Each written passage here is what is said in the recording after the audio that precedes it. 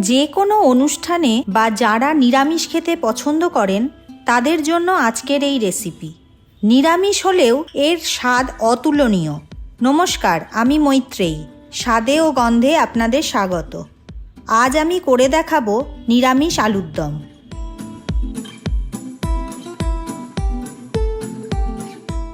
আমি এখানে নিচ্ছি 2টো তেজপাতা আর কিছু গরম মশলা, মাঝারি সাইজে 2টো টমেটো, কিছুটা কড়াইশুঁটি, নুন, কাঁচা লঙ্কা, চিনি, কিছুটা ধনেপাতা, সর্ষের তেল, তেঁতুলের কাঠ, লঙ্কার গুঁড়ো, জিরে গুঁড়ো, হলুদ গুঁড়ো, কাশ্মীরি লঙ্কার গুঁড়ো, আদা বাটা আর সেদ্ধ করা আলু।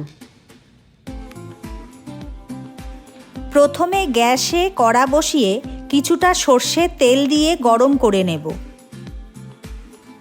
তেল গরম হয়ে গেলে সেদ্ধ করা আলু কড়াতে ছাড়ব। এখানে আমি 250 আলু ছোট ছোট টুকরো করে আগে থেকে সেদ্ধ করে রেখেছিলাম। এবার আলুগুলো খানিকক্ষণ নাড়াচাড়া করব। আলুগুলো যতক্ষণ না লালচে হয় ততক্ষণ ভাজব। ভাজা আমাদের হয়ে গেছে।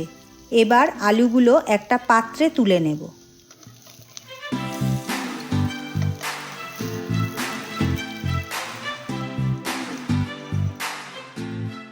কড়াতে আবার একটু তেল দিয়ে তেজপাতা আর গরম মশলাগুলো দিয়ে একটু নাড়াচাড়া করে নেব।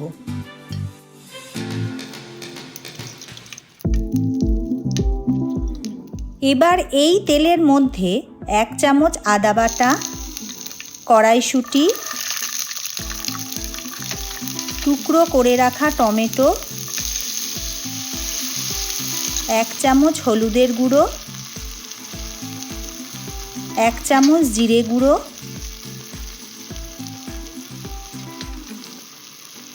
1 চামচ লঙ্কার গুঁড়ো,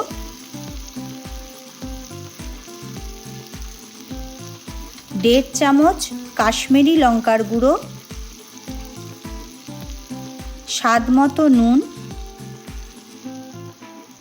আর 1.5 চামচ চিনি দিয়ে সব মশলা একসঙ্গে মিশিয়ে বেশ খানিকক্ষণ ধরে মশলাটাকে কষবো।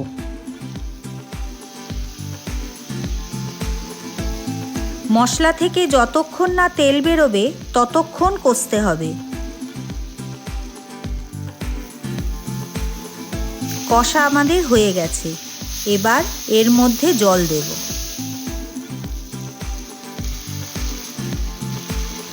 জল আর মশলা একসঙ্গে মিশিয়ে নিয়ে আগে থেকে ভেজে রাখা আলুগুলো দিয়ে দেব।